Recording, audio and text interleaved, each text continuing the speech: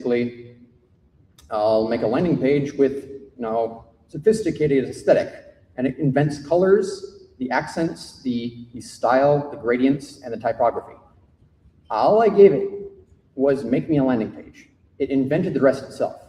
And then you'll see here, after it finishes, it spits out an even more detailed one on the back end so that it can actually build based off of it. That's sort of the core idea of this.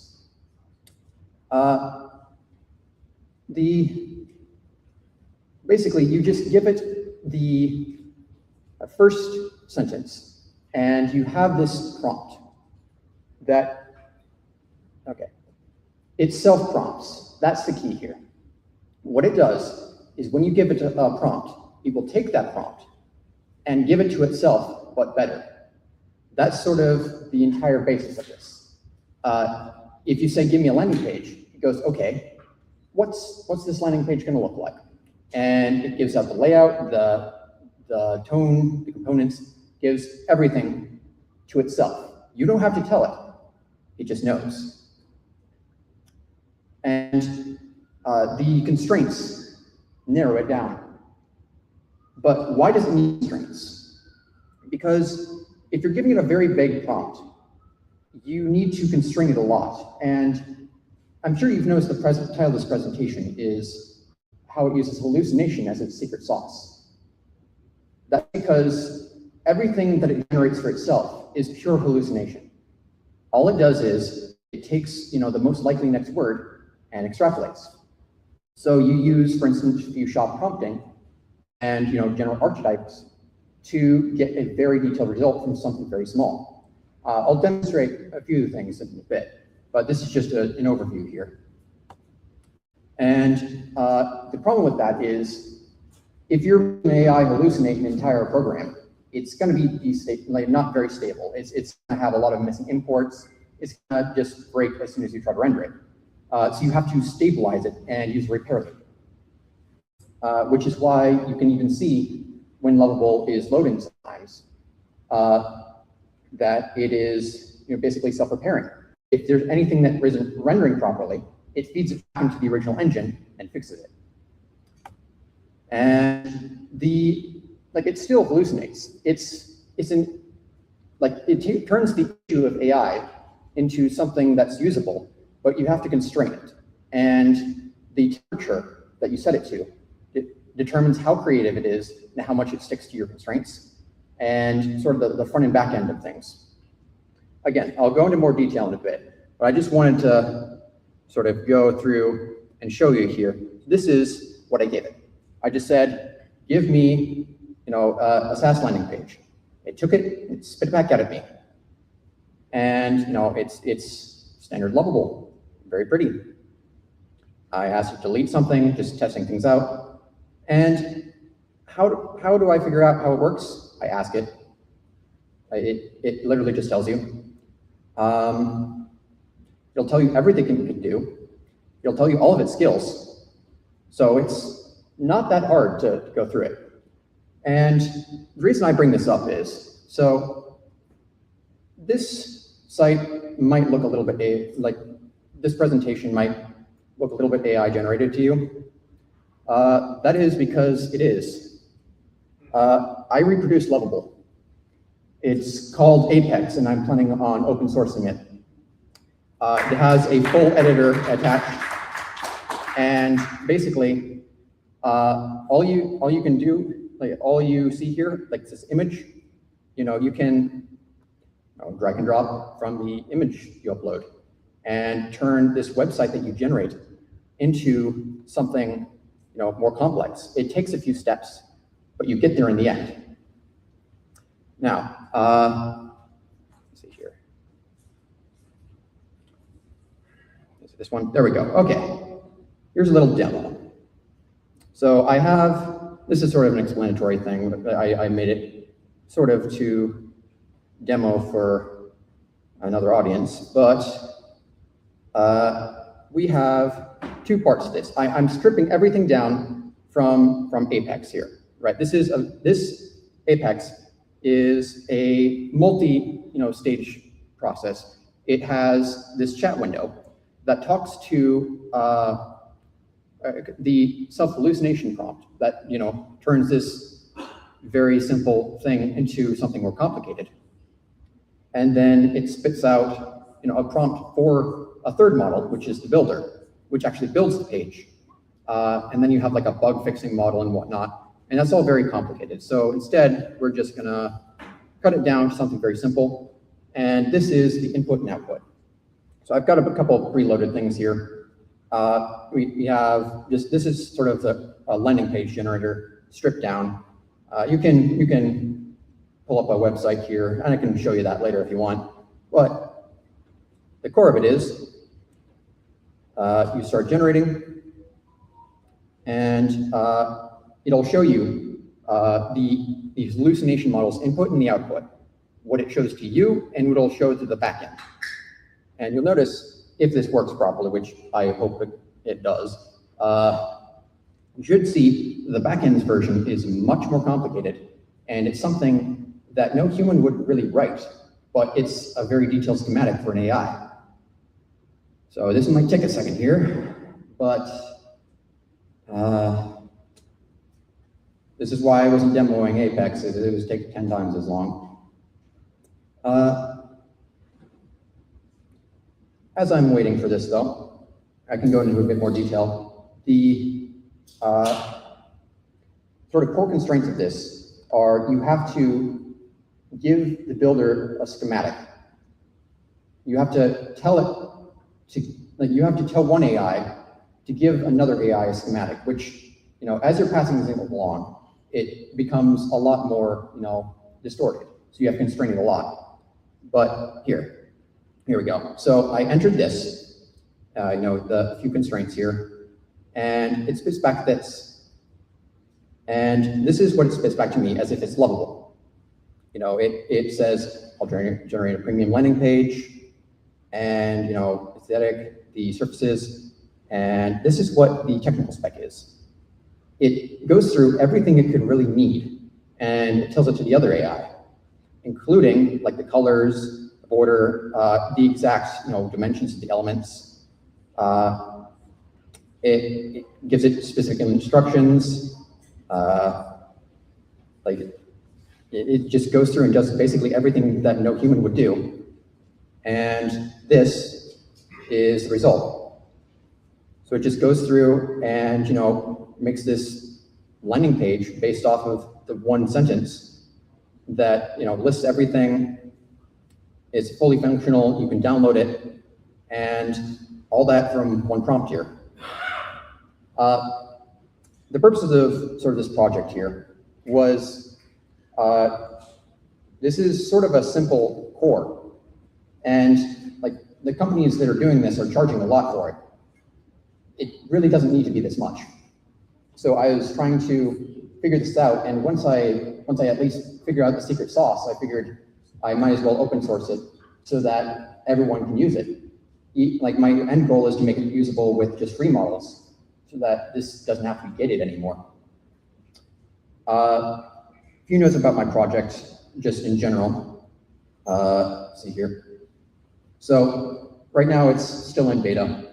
It's a bit clunky, but it has a lot of features that Lovable doesn't or won't have because they're charging for tokens. For instance, there's a move tool that when you drag and drop something, it'll move things around.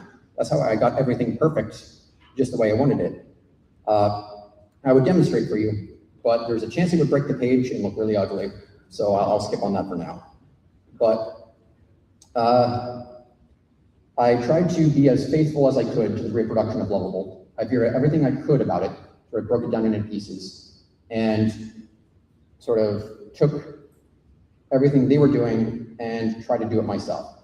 Now the problem with this is they have scale, large scale, and every time like a user flags an error, that's something they can add to their database.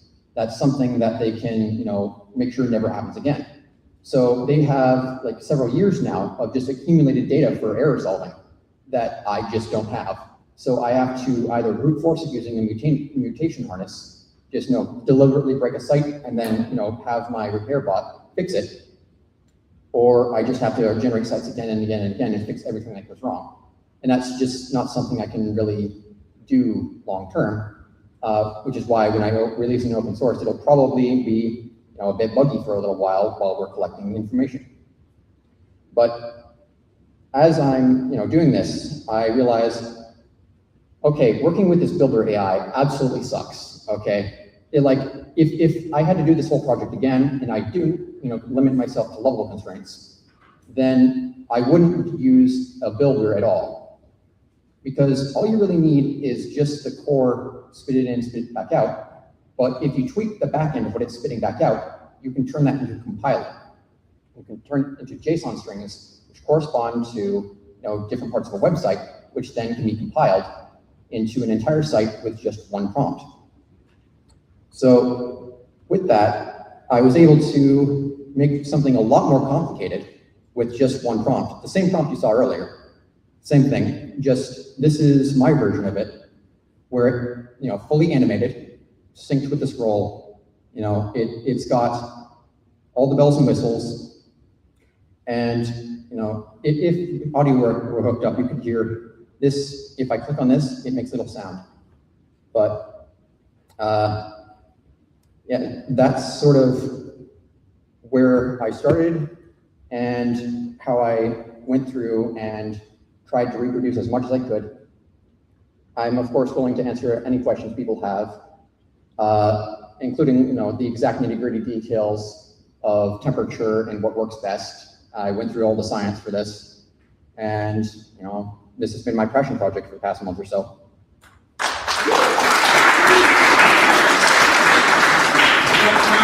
Any questions here? Anybody have a question? So this is a gap that I constantly see when we generate UI designs of let's say similar markets or similar applications. So there was an healthcare enemy and pharmaceutical companies presenting their website and dashboards. Guess what? All their designs are almost the same. It's just like, this is a different product, but there's no identifying that the design language of each they do not understand. And the scary part is, even my dashboard is the same. So I mean, hallucination, I think that, I don't know what could be the gap. This is a gap between communicating the designer's thought process to the system and what the system sees when we get to the data out as well. So how do you think you can use this hallucination better to capture what includes what the artistic thought, brand design, communication, how do you kind of bring differentiation? So the question is, how can he make his platform hallucinate better than Lovable? The sort of what I got out of your question is, you're saying all the landing pages look the same, but yeah, but for different markets and whatnot, they would be different, right? The same market or the same category. Yep. It kind of looks the same. Looks all the same. Yep. That's what you would get if you just told a model, hey, generate me a landing page. And you have to be a lot more descriptive if you want something different. So you have to say, if you want glassmorphism, you have to tell it that, and you have to explain what it means sometimes even. And if you can get the AI to do that for you, and I mentioned temperature before. If you crank the temperature down to 0.2, the hallucination model, which I termed green, will tend to give you around the same results. If you crank it up to 0.7, it will give you a random crapshoot that might even give you something different than what you asked for, but it will be different every time. So you can sort of pick your own adventure there. It will not only generate your own, if you don't tell it a color, it'll pick the colors for you. If you don't tell it what to build, it'll still, if you want, it'll pick an ROI calculator or something to build it for you.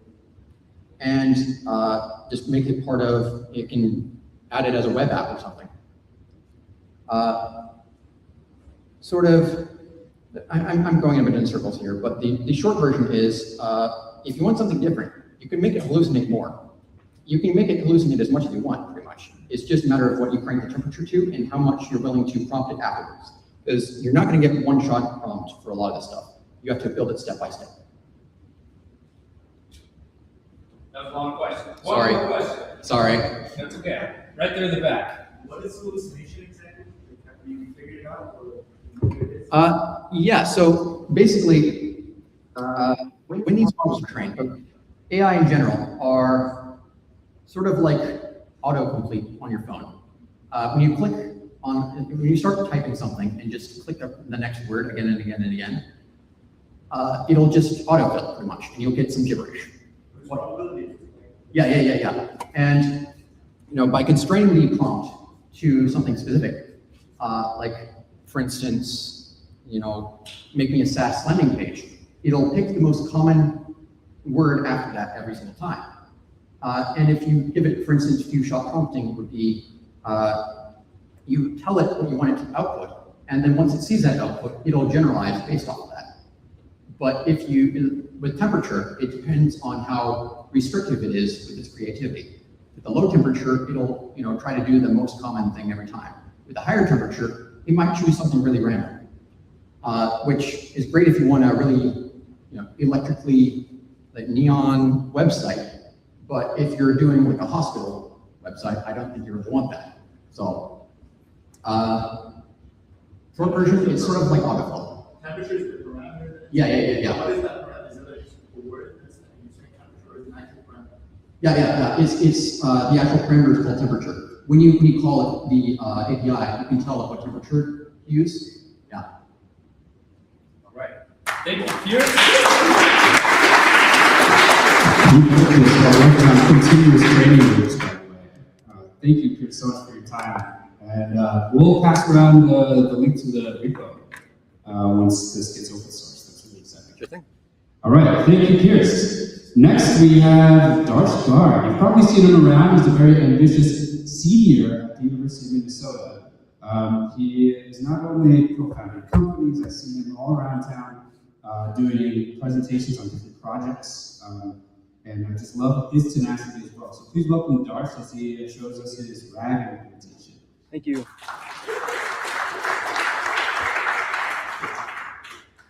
Cool. Thank you, everybody. Really excited to be here. Cool. So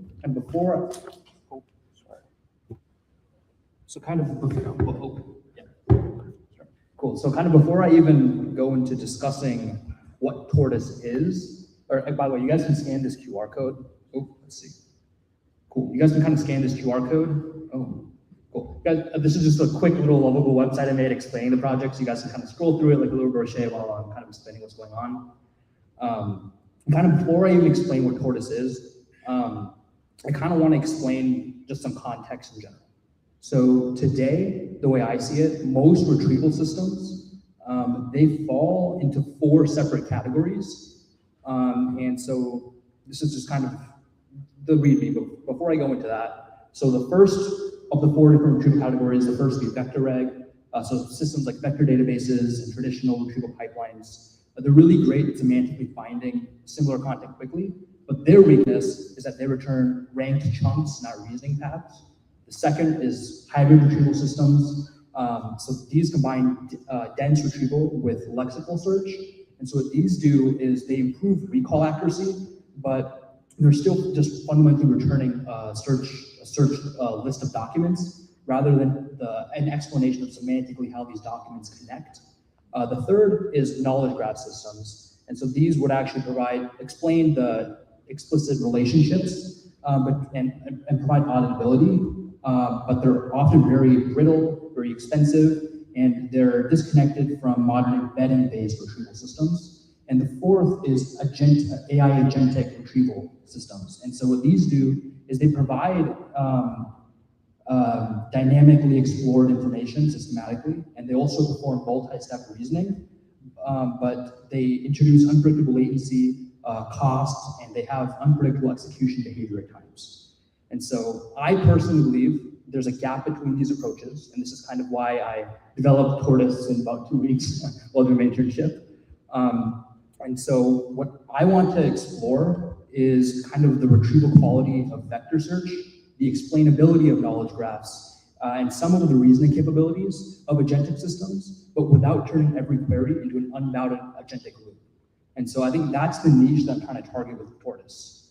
And so here's why I think Tortoise wins. So I don't claim that Tortoise can beat every single retrieval system. What I do think is it can better answer a specific class of questions when doing retrieval. So questions like, for example, why did this incident happen? What design decision led to this behavior? And how do these documents kind of relate to one another? And so traditional retrieval can usually find these documents, but the hard part is finding the path between them, the interpretability. And so Tortoise is designed around recovering and exposing these paths. And this is really important because that evidence path is the actual product. That's the differentiator that I developed.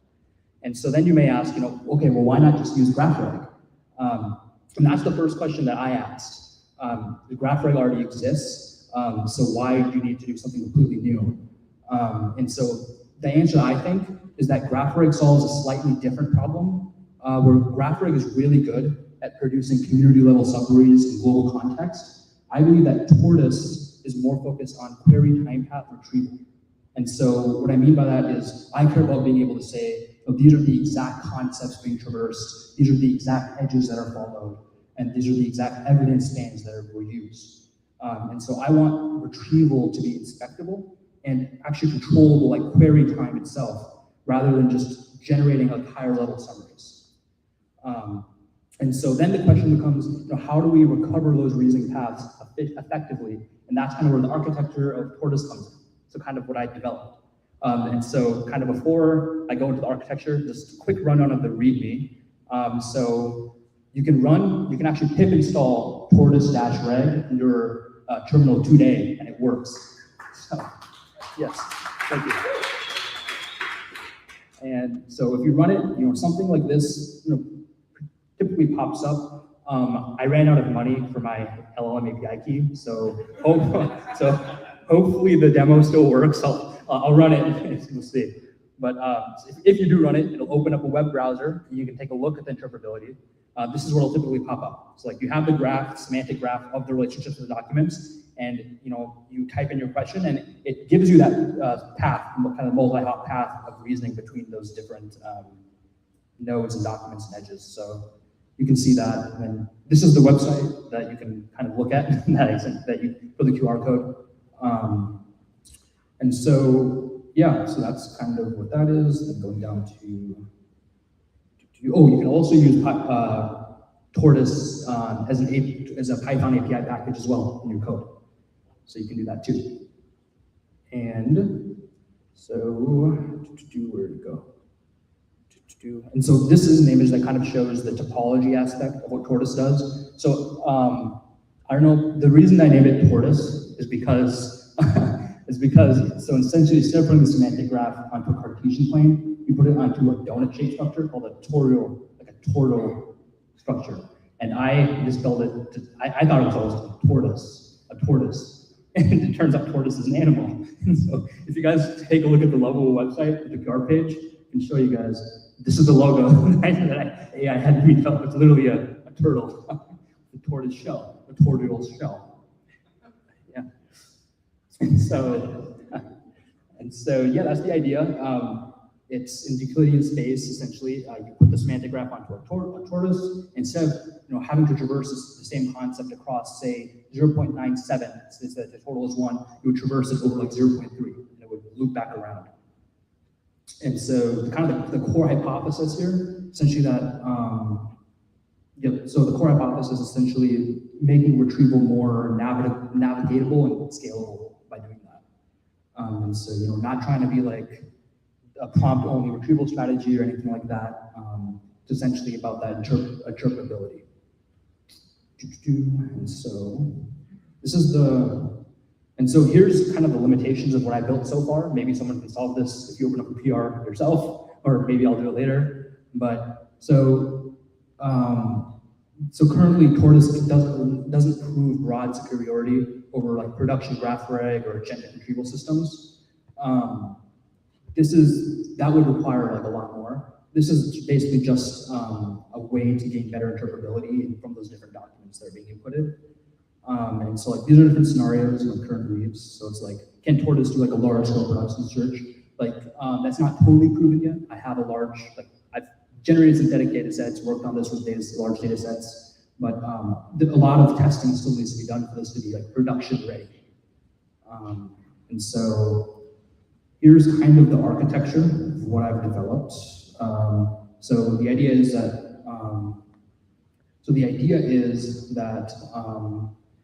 the ingestion layer to start here. It takes the user documents that can be folders, PDFs, Markdown, HTML pages, URLs, and it can normalize them into source-backed documents and chunks while preserving evidence spans, and it also gets help warnings, things like that. From there, secondly, there's an indexing layer. And what this does is it builds two retrieval structures. The first is a vector index for fast candidate generation. The other is a type semantic graph that's stored locally, where each concept node is connected to edges, such as portal or which related to, depends on, so local variables. And these portal edges, these represent cross-domain jumps, such as moving from an authentication document to a tracing document, or things of that nature. And then the third sort of layer in this architecture is, let me do this. So the third sort of layer in the architecture is that the Tortoise actually assigns graph nodes tortal coordinates. And so it's essentially like a topology-aware layout that's used to reduce boundary artifacts when traversing across really dense kind of semantic neighborhoods between these documents. And so instead of treating the knowledge space as a flat plane with hard edges, Tortoise, it's on a donut. It wraps around and helps preserve continuity across artificial partitions of sort for this data. And then the fourth layer down here is that the query, it can represent like budgets, such as like max hops, max nodes, max latency. And over here for the portal hop planner. And then the Tortoise would return a diagnosis with like confidence, citations. If you have missing evidence, it can give you warnings for that. And the reasoning path connects all these sources. And so the system, so if you actually run this in terminal, you would type it as, you would type Tortoise, you type solve, and you can actually have a question, like for example, why did this incident happen and what should I fix? And then you would import your docs and you could say /docs, and it would go through all your documents and look through all that for you. And so then this command ingests all the sources, it builds the index, runs retrieval, and returns a cited action and an overall plan in general. And in addition, advanced users can sort of run, you can take a look into evaluation metrics, serve and index commands and things of that sort as well. So I guess in one sentence, Tortoise kind of tests overall the topology of the semantic graph traversal can make traditional RAG systems retrieval in general more explainable, bounded, and more useful for multi-document engineering problems. So yeah, I guess that's sort of the general gist behind it. And so I guess I'll give a quick concrete example in case that was in case what I said didn't make sense. Imagine if I have two concepts. One is I have say I have Kubernetes service accounts, and say the other is just distributed tracing. They're both semantically related, but because of how clustering or partitioning say happen for retrieval, they may end up on opposite sides of retrieval boundary for RAG. And in a flat space traversal, we'll need to cross partitions, shards, or expensive graph boundaries. But in a torsional space, like in a donut structure, those concepts can remain neighbors, though they're just simply wrapped on locally itself. And so the goal here is to preserve that semantic continuity rather than introducing these artificial edges. And so, yeah, that's kind of the idea behind why a torsional structure in the first place, because the torsional layout would wrap around the space itself. So cool. Let me try running a demo real quick and see if it works. Is this the one? No, this is the code base. do here. So you would open up your terminal, and then you would run, so first you would pip install. So here's how you could pip install Tortoise. And then I've already installed it, so it's there. And then this is just one quick, I've already developed a demo, so I'll just run this command. It might take a while because the API keys work. Let's see if it runs. Sorry? Magnify? Oh, sorry, yeah, let me do that. Oh, looks like it already ran. I'll just show you the website. So I'll just do Tortoise open. And then it opened up my thingy. Let's see if it might not run because the API might be out of money, but let's see. Okay, so while waiting for that, so this is just in general how it would look. I took a quick PNG of it when it did work, but this is a little bit old. But essentially, you would input your statement, and it shows you interpretability, like the entire graph, and it gives you reasoning metrics and evaluation metrics in general. You can kind of play around with it manually as well. So it looks like that doesn't work. But yeah, so I guess that's just the overall. That's kind of what Tortoise is.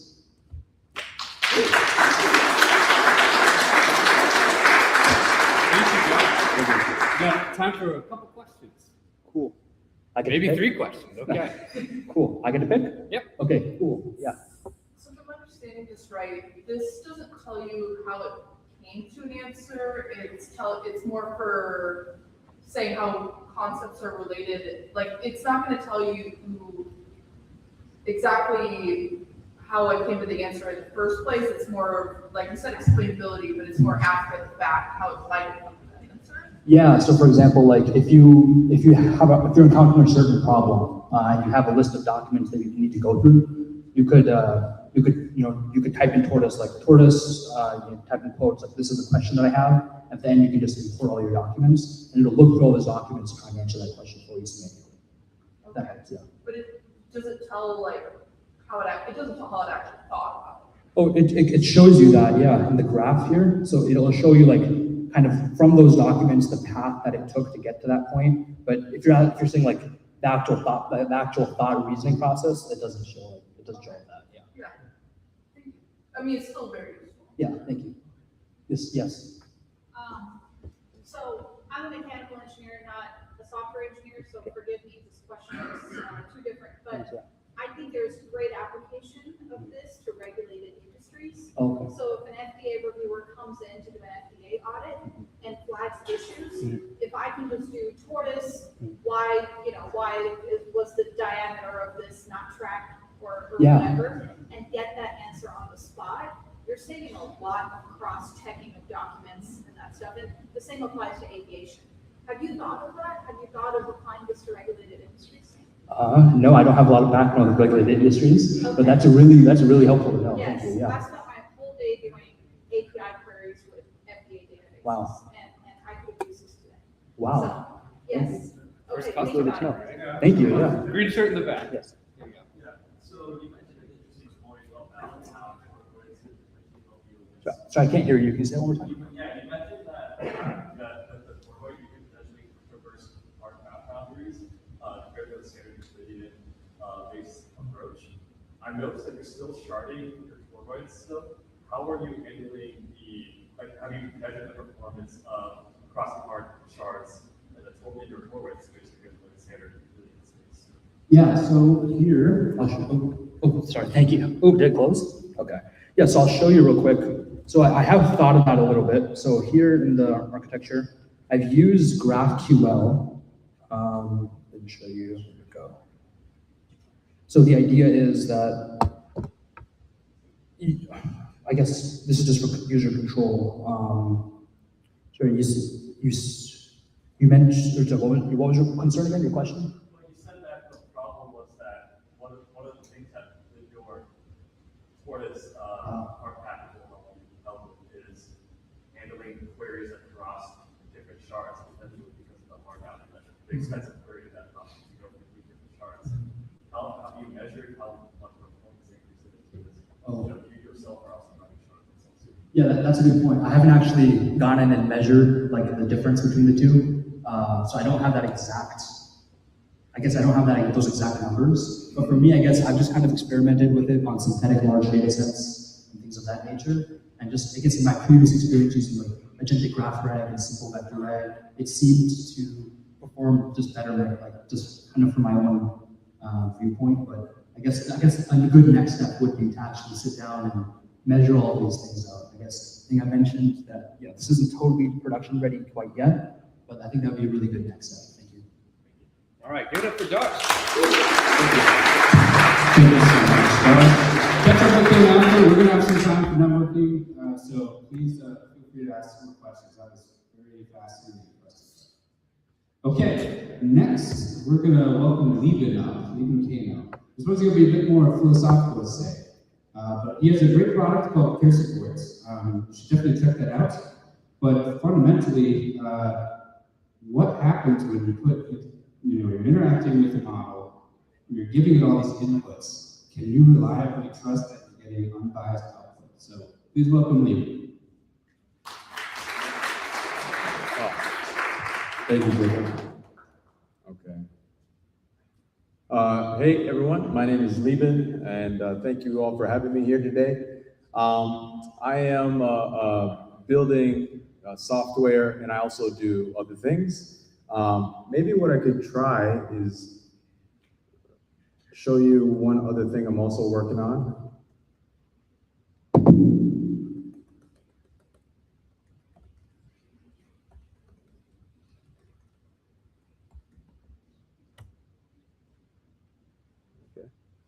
So I also organize events. I bring people together in real life to have public conversations. So you can think of them like a salon, which is literally you're here so that we can all talk. It's nice and awkward sometimes. Sometimes it's really fun. And that's where I get my public speaking, these confidence a little bit better and better. But I actually want to start with Word document. I was thinking about like how, okay, I'm going to start a Word document if that's okay. Yeah, go into my drive, it's okay. Cool, right here.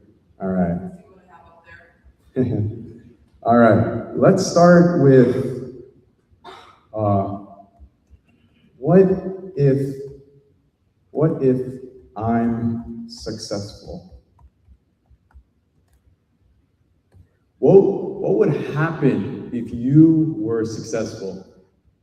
You know, that's a beautiful, frightening, wonderful thought. What if you were successful? Sometimes I think to myself, like, I used to say, what if? You know, oh, what if I fail? Or you say, you know, it's because I suck, or you know, they know something,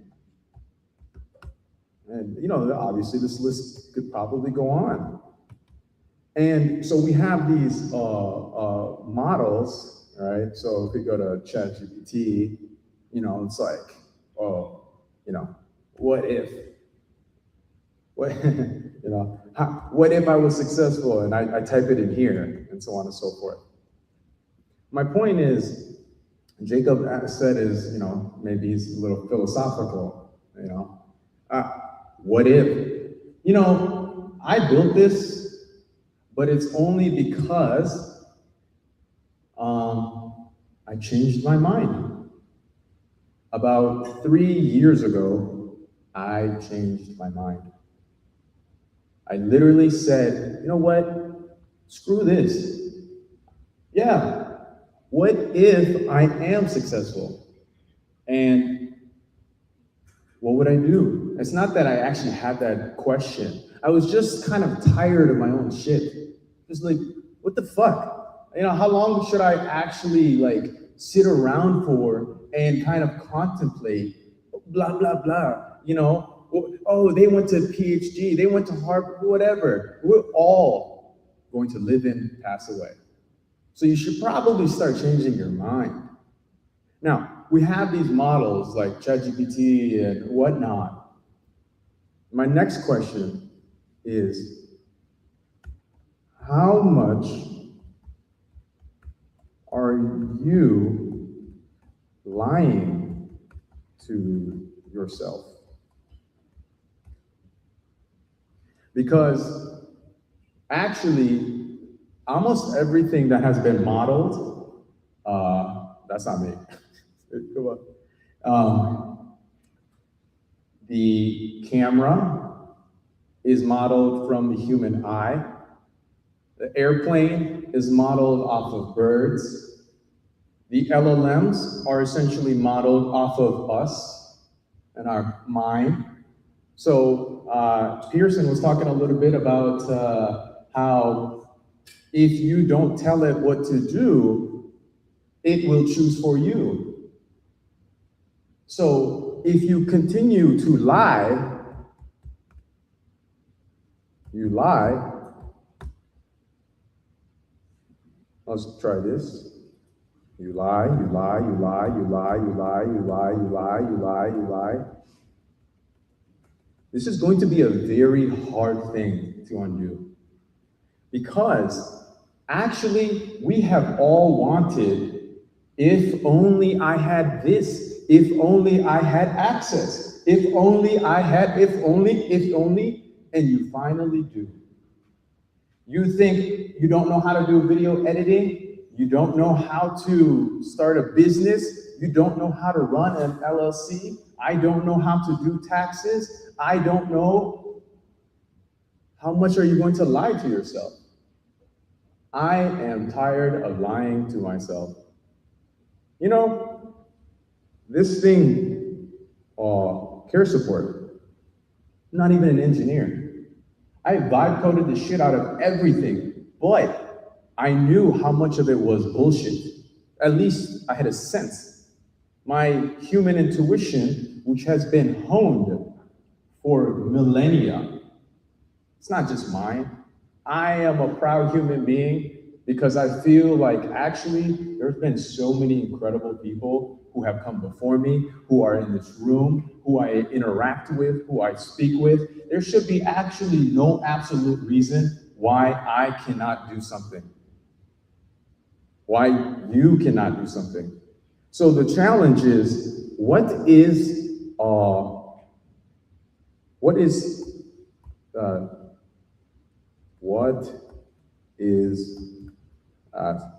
sycophancy? Fancy. I can't spell today.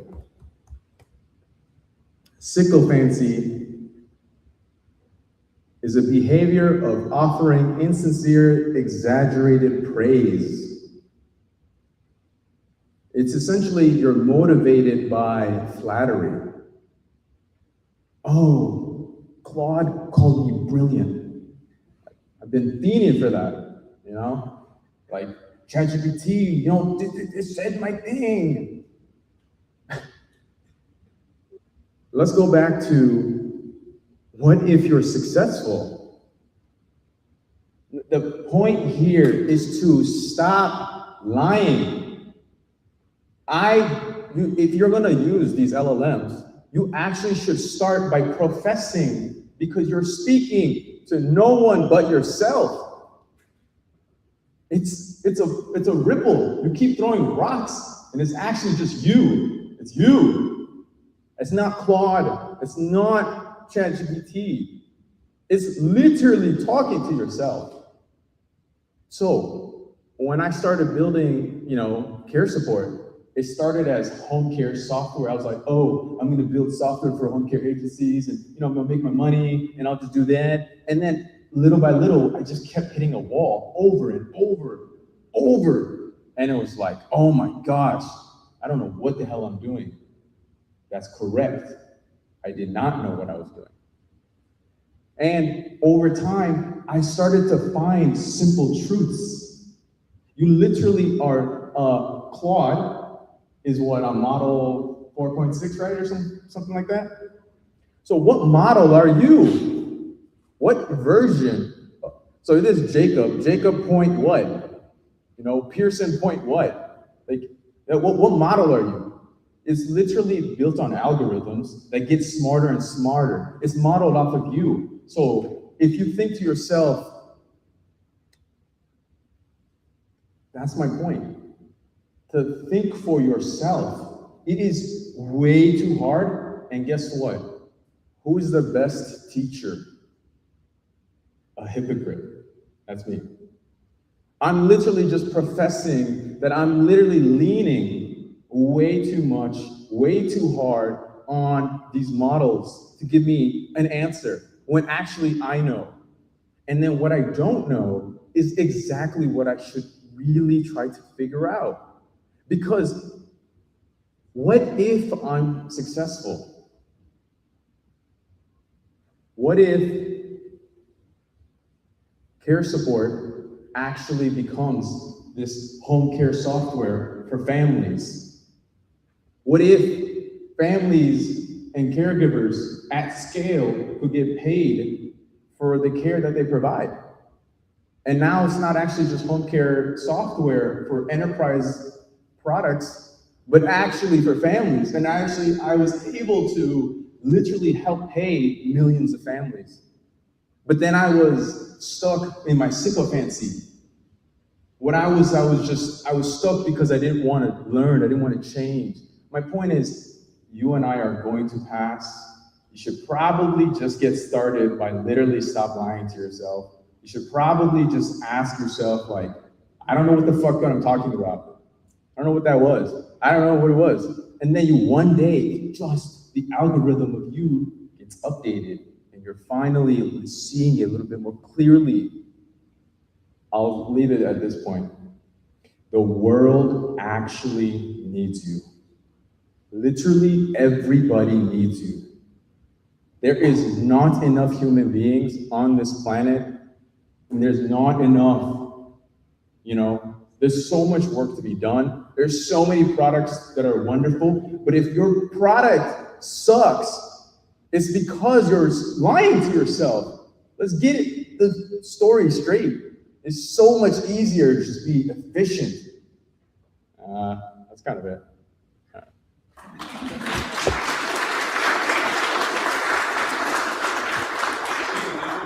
Any questions from me? Maybe the questions will come at Taverna. Oh, if you guys actually want to use care support, sorry, yeah. Let me go get the.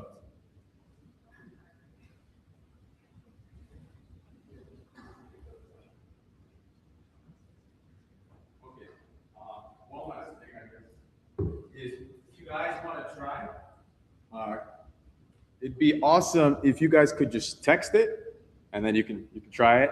So it's just I know I probably went too hard on the sycophancy stuff. But long story short, over the time of iterating and actually finally asking myself, like, am I really doing anything different? I finally kept finding simple truths, and I realized, like, actually you can build an agent, write an iMessage, and actually use that. So when it comes to technology, I think the best thing I could offer is I believe the next generation of iOS apps and products will actually be like really personalized, and the user interaction will be an iMessage or WhatsApp or something like that. So I would recommend actually trying to build agents in where your customers are probably living. So, all right, if you guys want to try the demo, you just text this number. Okay, it's 650-441-5695. That number again is 650-441-5695. 5695. All right, thank you, David. Thanks, guys. Like that. That was raw. Thank you. Okay, our last speaker is going to be Tom O'Neill. So Tom used to be the CEO of Nerdery, founder of Parallax. Now he's the CTO at Quickly. He's going to come up here and talk to us about his experience building 30 useful products in 30 days. Went well, but didn't go well.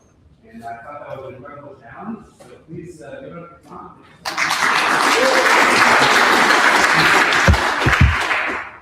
Let's see, one of these mics. Hello. Yeah, the mic died. Oh, it's died? So I just got to be loud? All right, I'll be loud.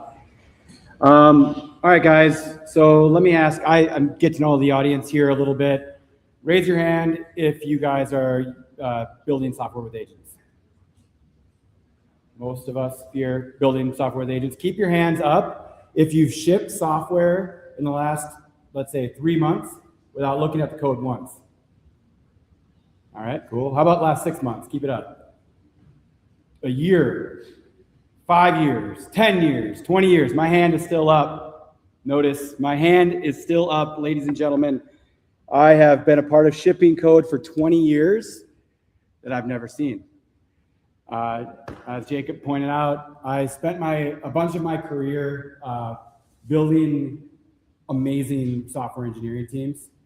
Most of that was at a company called Nerdery, a very similar company actually to the business we're standing in right now, Improving. It's a custom software development shop. While we built Nerdery, I left my spot as CEO there when we were about 85 million in annual sales and about 500 nerds across the country. And I was really proud of how I found a way to surround myself with people who are smarter than I was and position them to succeed. And I learned a lot along the way about how to build great software. And that has kind of been my through line for my entire career. Surround yourself, just like today, the people here, the presentations you've seen, surround myself with people who are smarter than I am and position them to succeed. And I guess it was about 2 years ago when we trying to sell Parallax, my latest company, and we hired a new CEO who's going to come in and sell that for us. And so I had some opportunity to continue to learn and develop myself, and I was super curious about agentic software engineering. I started out by kind of vibe coding like most people do and just prompting, to build something that I thought might be interesting, something that I might use. One of my first things I built was this like super simple little chatbot. My father had passed away, and I have 6 sisters and 2 brothers, and we have lots of little grandchildren, and I wanted to make a little agent that talks like my dad does. So my sisters and brothers and I, we fed it all kinds of context of his writings and his musings, and it kind of does a good job. But this was totally vibe coded. I just said, hey, build this for me, right? And then I thought, man, over the years, I've been known as kind of a nerd and someone who is surrounded by software engineers and kind of an expert in software engineering. I've had a lot of people ask me, Tom, how do you learn to be a software engineer? And I've always said the same thing. Find a project that's useful, that you could actually use, and start there. Try to build that. If you could build that, you'll hopefully follow through and actually finish it, and you'll learn a lot along the way. And so again, when I had some downtime, I want to learn about agentic software engineering. I thought the GTO little app wasn't enough. Like, I had to go a little deeper. And so I challenged myself to build 30 useful apps or tools in 30 days. And it was a lot of fun.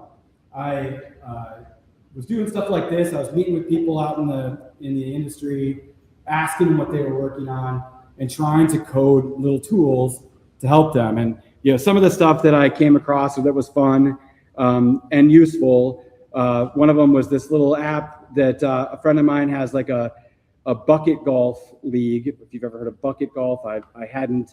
And so I built a little app where he could manage his bucket golf tournaments. Another fun one. This one actually, it means a lot to me kind of personally. I'm sure you guys heard of the tragic events at Annunciation. A childhood friend of mine, her kids went to Annunciation. She's on the school board. And as that week of the tragedy at Annunciation, something really magical happened.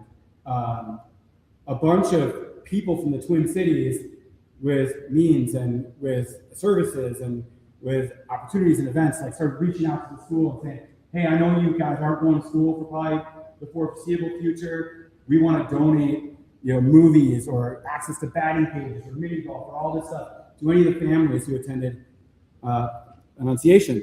And this was actually amazing, but also a problem for the school board. So how do we disseminate this information to all the families in a way that's secure? Because unfortunately, anything that got announced publicly that was like something for the families, all of a sudden there'd be like 4 media trucks there trying to talk to people, and they didn't want that stuff to get out. So we built a little website. It's kind of cool, where this little app that like my friend Emily and her friends, they could. Oops, I don't know where it is. Anyway, you get the idea. They could like post these events, and they had like a private app for the families to log in and to kind of see where they are and to sign up or to go there, whatever. And pretty cool because it used like a one-time password, so we didn't have to create another account and all the things. And again, it was very impactful. Like they got out there and they were able to participate in these opportunities. We made all kinds of other funny things over those 30 days.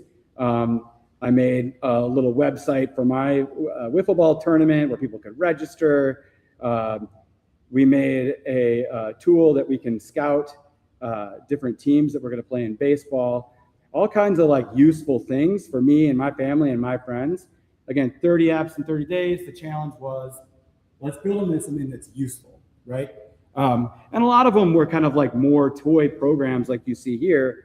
But through my like business friends and whatnot, I also started to build some things. Let me see if I could find this one.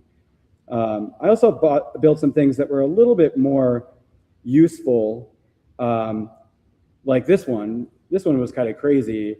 A friend of mine is a banker, does commercial lending for loans, and he wanted to be able to market to banks that might be a good fit for this particular kind of loan.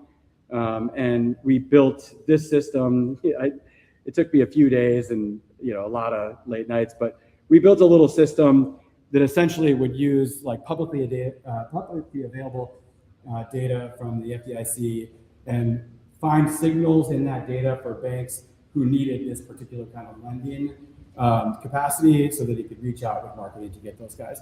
And this was a really cool thing because I had to kind of teach the agents that helped me build this little website a lot about the industry, a lot about the banking industry, a lot about the FDIC. And this is where the real learning comes in for me. 30 apps in 30 days. I set out to learn agentic engineering. And what I found was the hard part about software engineering is still hard. I've been shipping software for 20 years that I've never seen the code. But I'm really proud of the teams that we've built over the years at Nerdery, at Parallax, and now at Quickly, who are very strong software engineers. And we can have the strongest software engineers in the world, and they still need to understand what we're building and why we're building it, and what our standards for good look like. So at Nerdery, we hired like maybe 12 programmers, and we had architect level engineers who would teach them coding standards, what tools we use for minting, how we do CI/CD, how we ship great software. And they would ship high-quality software, but if it weren't for our user experience team, our product strategy team, our people who really like dug in to understand what are we building, why are we building it, and who's involved, and why do they care? What drives them? What are their biases? And so, again, building 30 apps in 30 days is not really that interesting anymore. It's easy to ship code, but I think it's hard to ship really useful software. And so I had to kind of like retrace my steps and go back to what I learned working with these amazing people way smarter than me, what they taught me at Nerdery about how we build great code. And it starts with that, why are we building this? What is the business outcome? Who are the people? What do they care about? What drives their decisions? What are their biases? And so in this example here, this banking application, the way that I built it was I sat down with the CEO of this company and a few of their people, and I used, I like to use Chris.ai, like to record the conversation and like really ask a ton of questions about commercial real estate, about how they, if they could, like how would they find these bankers that need their specific type of C-PACE loan, which I knew nothing about. I'd ask a lot of little questions and pull a lot of threads and recorded everything. And then I brought it back to Claude and I put some context around it and I said, tell me what the hell this guy's talking about. What is he talking about? And in the conversation, he said, if I had unlimited hours in the day, if I could just have 1 million people working on this, I'd go out to the FDIC website and scroll through all this stuff and find these data points that the banks are required to upload every month. And I'd look for banks that have these really specific signals. And that would tell me that that's a great bank to go after and talk to about using my loan type, right? And so what did I do? I understood this user and how they solve that problem, what good looks like. And then we trained an agent to do that. We trained an agent to go to the FDIC website, pull down all this data, make sense of all of it. Because the funny thing about this was most of the data points in this repository were must have been in the 90s, when data guys was writing code. The strings were too expensive, so the field names were 4-character acronyms. Somehow, because we set up the agents with the right context of real estate, banking data, all that stuff, it was able to translate these really obscure attribute names to their actual banking information. At the end of the day, the line is that this became an awesome tool that was essentially 100% built by agents, shipped by agents, and it's very useful. They got a lot of awesome leads of banks to call, but I would never have been able to do it if we didn't start with the outcome that we're trying to drive with, who the users are, how they would use it, if they could do it manually, how would they do it, what does good look like, that sort of thing. So again, there's literally 73 apps that I've shipped since I did this a couple of years ago, this 30 apps in a challenge. So I could show you all kinds of things that I built, but I kind of want to fast forward to today and what we're doing at Quickly, my latest gig. Quickly is, you can think of it as an Uber or a Lyft for dental hygienists. Apparently, that's a thing I've learned over the last 6-7 months. We're making a ton of money because the founder of our company, a young man, his mother was a dental hygienist. She was a temp worker, and she didn't have a full-time dental hygienist job. She worked in many different dental offices across the state, and he watched her kind of juggle being a gig worker for hygiene and all the trouble that she had with it. How to make sure she got paid from all of her different contracts, how to know where she was supposed to be on what day, and how she kind of had to be her own sales agent to be a gig economy worker in this space. And he saw this opportunity, and so he built an app for her. He built an app that makes her life better and also helps these dental offices find awesome dental hygienists like his mother. Fast forward 5-6 years later, they hired me to help them as their chief product officer, chief technical officer, and we've been doing some really cool things to take Pedram, the founder's vision, even further. And but the biggest part about that is that we're not just building software with agents. We're not just saying, hey, Claude, generate this for me. We built a harness around an existing code base that the existing code base is a Ruby on Rails backend with some native iOS and native Android front end. And a lot of it was pre-legacy code, kind of, don't tell anyone on our team, Justin, kind of ugly code, a lot of tech debt. And our developers, when I joined the team, they said, Tom, vibe coding is just for toy apps and it's only for prototyping or whatever. I'm like, okay, let's prove that it's not, right? So the first thing we did was we built kind of a harness around this set of software that runs the business. And a big part of what that harness is it was understanding how the code that was written before was written.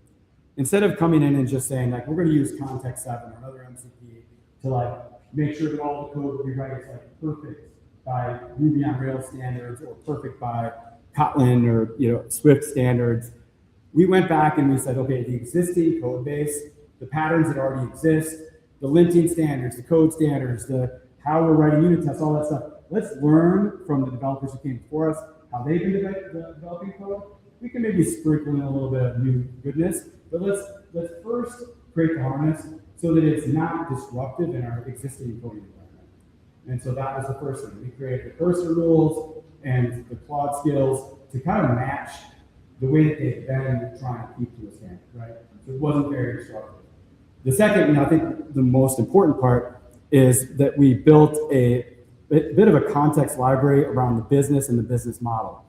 The database had evolved a lot over the time. The structure had a lot of, I'd say, tech debt in it, some legacy stuff that wasn't used anymore. Like the agent on its own couldn't easily make sense. And these engineers who were on our team didn't trust AI because it was hallucinating with bad context because the code itself wasn't enough, right?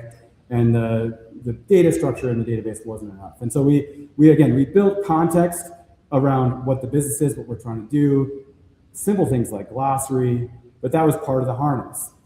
And then we built, beyond just like the standard Figma integration to Cursor or Claude code, we built some sort of like proprietary connection between the way that we're designing in Figma and then getting that to our coding agents. And finally, which I think is one of the coolest and most important steps, is the feedback. Anybody using tools like PostHog in their work? You guys familiar with PostHog? PostHog is like, I call it like the easiest way to say it is like an app analytics tool. And so again, if we're gonna build an app and really try to understand the user and what drives them and how to like influence their behaviors and stuff like that, we have some hypothesis on how to do that. And we got to test our hypothesis, right? Just like Google Analytics or whatever, PostHog is a tool where we could put a bunch of tags in our apps, and then we can measure whether or not the users are doing it the way they should, that we thought they would. They fit the hypothesis. And so that feedback loop says, okay, we had this idea, we designed it in Figma, we developed it in code, we shipped it, we trained, the people if necessary, and then we could measure if they actually do what we wanted. And we could pull that insight back into the next loop as a feedback. And so that sounds like kind of cool and like, but is it practical? Is it pragmatic? Like, why are we doing this, right? I'll tell a story that I think is really relevant for us in the transformation of Quickly and trying to be a mature software product organization. And our founder, Pedram, extremely smart, extremely driven, a visionary, and passionate about this problem. He's experienced it firsthand. He's developed it, from scratch. He's a genius, man, and he knows this better than anyone, this market. But he also was smart enough to surround himself with an awesome team. A bunch of people who in some cases are working like what I'd say are closer to the front line. So operations people, support people, HR people that are like living and breathing this stuff every day, where he's the CEO, he might not see as closely what he used to be able to see when we were a 2-person company, now that we're essentially a 6,000 person company, right? And so in the product organization, we, over the last 6-7 months, have transformed from what I'd like to refer to as a feature factory, where we have Pedram or other people saying, I want this feature, develop it. I want this feature, develop it. They're just cranking out features to more strategic product organization, where we're trying to design the features based on outcomes. Like, what is the outcome we want to drive in users? And let's figure out how to back into that outcome by just designing the features that will drive the behavior here at that outcome. A very simple example, and don't tell Pedram, you might as well record it. Pedram, you know this. I've been working really hard with Pedram to not be that CEO who says feature, instead, this is the outcome that we want. And it took a while because he's smart. He's a genius, literally. And he did know a lot of times what the right features were. But about 3-4 months ago, we kind of had a breakthrough because a lot of the people at the front line said, hey, when you're posting a new shift for this like gig economy. It's a dental hygienist, and a shift costs about $800 a day. We're getting a lot of feedback from our dental offices that like they posted the shift and it said like $50 an hour, and then they get the bill for that shift and it comes back to be like $400 or $500. They're like, I didn't do the math, and so they're having disputes in like getting their bills paid because they're like, you kind of bait and switch. She says $50, then there's these fees, all this stuff, and so our support people were like, Pedro, we need to add in the like checkout process to post the shift. Just be transparent. What's the full price? Break it down. Show me the fees, all the things. Because like our customers want that. It's the right thing to do. And he was nervous because like, this has been working. They're growing like crazy. And like, what if we change this and all of a sudden the new postage shift drop off, right? I would be nervous too. This is his livelihood. This is his baby. He built it. So what we did was the cool part about our harness that we built, we could build this feature both ways in like literally 30 seconds, right? And PostHog, I don't work for them. You gotta go try it tomorrow. It's amazing. It's built with agents as a first-class citizen, so it has MCP, it has CLI, it is super easy to use. And so we built this feature twice, feature flagged, and with PostHog, we were able to say, let's just run a hypothesis, run an experiment. Put this checkout with the full price for 20% of our users, and this checkout with the normal price the way we used to have it to 80% of our users. And let's run the experiment for a week, A/B testing. We literally delivered that A/B test fully baked into the feature flag and all those things in one day, because AI is nuts. And we want to be able to measure the outcome. Like, is there like a reduction in Is there more like abandoned carts, basically? Like people getting to that big scary number and saying no. And more importantly, and this is what really sold Pedram on the guy going forward with the experiment, we were able to like tie those shifts posted with the old way with no total and the new way with a total back to did they dispute their bill. We were able to go downstream even further and tag that code and whatever and make a little dashboard to say what was the change in abandoned cart, if any, and what was the change in dispute of these bills. We wired all this up in one day. We launched the experiment, and in 2 weeks we could show him that there was no decrease in abandoned cart, and there was a significant decrease in the disputes of bill. And that right there, because this guy's so smart, was like, it clicked. He's like, I'm surrounded with a whole bunch of really smart people who are as passionate as I am about this problem. Some of them are closer to the problem than I am. They have more context, more understanding in the actual users. You know, he has a wide understanding of the business model, all the things, but he's got to count on these people that are closer to certain parts to bubble that up to him to get better product strategy. And so then he started to introduce less features, more outcomes. He let us spend a little bit more time thinking about the strategy for user experience. And we are making the transformation, as I talked about it, to a world-class product development organization that is truly doing dual track agile like I've never been able to do before in any of my other businesses. That's the beauty of AI, in my opinion. The beauty of AI and all these tools that we have is it makes so much of these things that were aspirational more accessible. But the thing that hasn't changed is that it's not just about writing code fast. It's not just about writing clean, beautiful code. It's about understanding the outcome we're trying to drive and the people involved in driving that outcome. We need to train our agents to do and use those things just like we train our people. That's all. And again, I know I'm supposed to be more demo, less talk, but I don't know. I'm an old guy.